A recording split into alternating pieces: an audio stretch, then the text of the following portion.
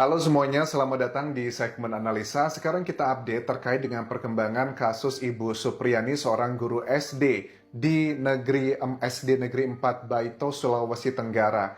Kemarin adalah sidang perdananya. Sekarang isu yang sedang mencuat terkait dengan permintaan uang 50 juta rupiah. Walaupun dari pihak kepolisian setempat mengatakan sudah membantah tidak benar, bahkan orang tua yang melaporkan dari pelapornya adalah Kanit Intelkam Polsek Baito, Aibda Wibowo Hashim pun juga sudah membantah tentang tuduhan tersebut. Tetapi ada nih salah satu saksi yang mengatakan dengan jelas bernama Rokiman, seorang kepala desa di Wonua Raya.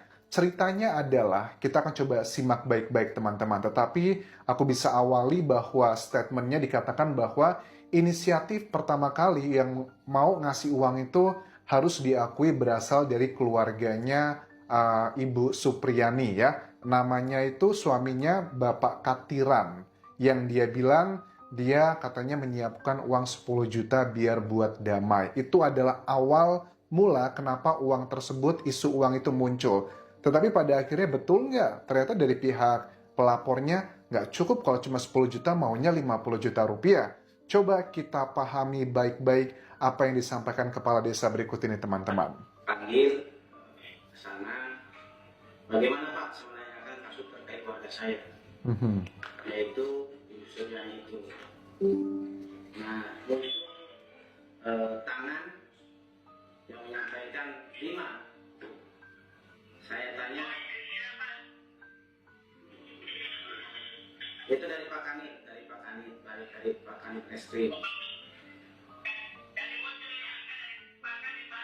Ya.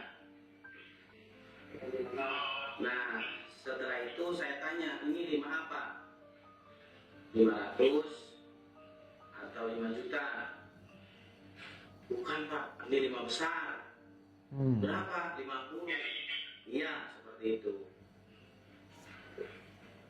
Jadi kesimpulannya itu nanti Pak saya akan sampaikan kepada pihak terlapor yaitu. Oke.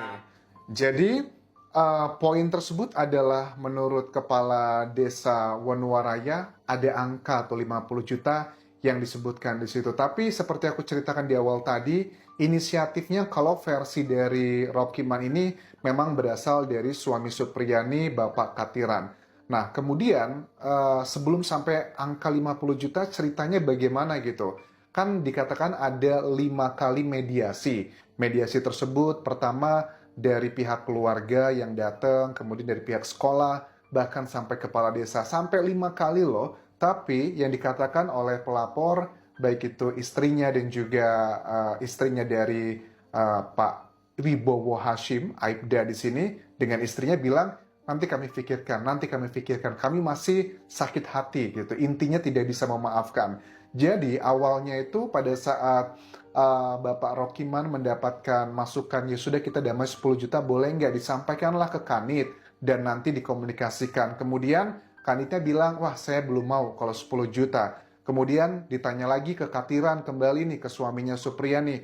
Wah nggak bisa nih kalau cuma 20 juta, 10 juta gitu. Ya udah bisanya berapa? 20 juta deh kalau gitu. Disampaikan lagi gitu ke Kanit Reskrim namanya Pak Amir, dan hasilnya tetap belum bisa damai kalau 20 juta. Katanya ibunya masih belum bisa memaafkan begitu. Sakit hati banget ngelihat buah hatinya dibegitukan. Nah kemudian saya dipanggil lagi nih oleh Pak Kanit Reskrim, kata Pak Rokiman.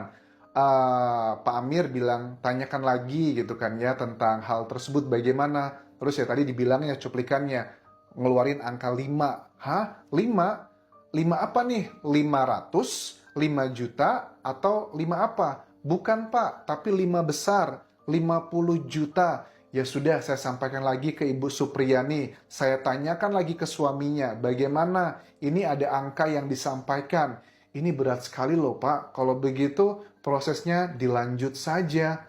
Gila gitu kan. Coba kita lanjutkan cuplikan pada saat kepala desanya ngomong seperti itu. Saya tanya Ibu Suryani itu melalui suaminya. Mohon maaf, bukan Suryani tapi Supriyani. Oh Supriyani ya, maaf. Melalui suaminya bagaimana ini ada apa angka yang dia sampaikan ke saya. Kalau itu Pak berat sekali,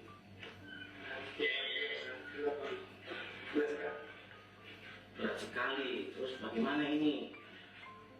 Nah kalau begitu Pak, prosesnya dilanjut saja sesuai penyampaian dari Bapak Kadran selaku suaminya Ibu. Iya. Jadi karena dikasih tahu angkanya 50 juta, suaminya dari Ibu Supriyan ini ya, ya sudahlah saya angkat tangan, saya nggak punya uang kalau segitu. Ya wajar sih ya teman-teman ya, karena kan sudah belasan tahun Supriyan ini bekerja sebagai guru honorer di sini dan gajinya juga paling cuma 300 ribuan kan per bulan. Suaminya juga bekerja sebagai pedagang kecil doang.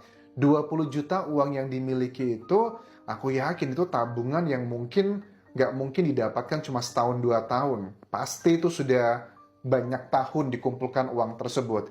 Nah, terlepas ini juga unik nih, membuat netizen ya berpikirnya aneh. Kenapa? Kalau memang Ibu Supriyani tidak bersalah, kenapa kok dia mau ngeluarin uang gitu? Ya kita bisa paham ya bahwa orang kecil gitu ya sudah daripada ribet, ya kita meminta maaf saja. Bukan cerita yang baru gitu ya dengan hal-hal penekanan-penekanan kayak kasusnya Vina dan Eki juga dugaannya banyak yang menjadi tersangka karena mereka dalam tanda kutip di bawah kayak penganiayaan dan sebagainya. Ini pun juga sama ada dugaan mengarah ke sana. Karena kan pada saat Ibu Supriyani dilaporkan dan dipanggil ke polsek setempat, itu kan dia sudah langsung dituduh bahwa dia yang telah memukul anaknya dari anggota polisi ini dan kemudian dia tidak lama dari itu ditetapkan sebagai tersangka karena ada 2 alat bukti yang kuat menurut versi penyidik. Alat buktinya itu adalah hasil visum dan juga foto tersebut, plus juga dengan sapu ijuknya. Sekali lagi, dari kuasa hukumnya dan pandangan dari common sense, luka yang dimiliki oleh buah hati anggota polisi ini itu sangat unik ya, nggak cocok dengan luka yang dihasilkan dari sapu ijuk gitu loh. Kan sapu ijuk itu tumpul. Kenapa kok bisa ada kayak luka goresan benda tajam? Apa yang terjadi? Bahkan juga dari anaknya pun ngomong awalnya bahwa sebenarnya dia itu terjatuh di sawah, bukan karena dipukul oleh Ibu Supriyani. Tapi keterangan itu berubah pada saat dia didesak oleh bapaknya yang nggak percaya gitu loh. Bapaknya tuh kayak mungkin ya naluri seorang anggota polisi nanya, kamu kenapa nak gitu? Oh ini saya tadi terjatuh di sawah. Jangan bohong kamu, ngaku aja siapa yang mukul kamu. Namanya bocah gitu usia 6 tahun. Pasti bisa aja akan berubah-berubah. Sebenarnya secara pribadi, pengalaman seperti ini kan sudah pernah aku ceritakan ya. Dulu aku punya pengalaman yang agak mirip-mirip lah. Waktu aku SD atau SMP dulu ya. Aku dituduh sama keponakanku yang masih usia 5 atau 6 tahun. Aku dituduh merah-merahin lehernya gitu. Padahal aku nggak pernah melakukan hal tersebut. Bahkan ibunya datang, Anjas, kamu kalau mau merah-merahin gitu, jangan di situ gitu kan ya. Sama pacar kamu sana gitu.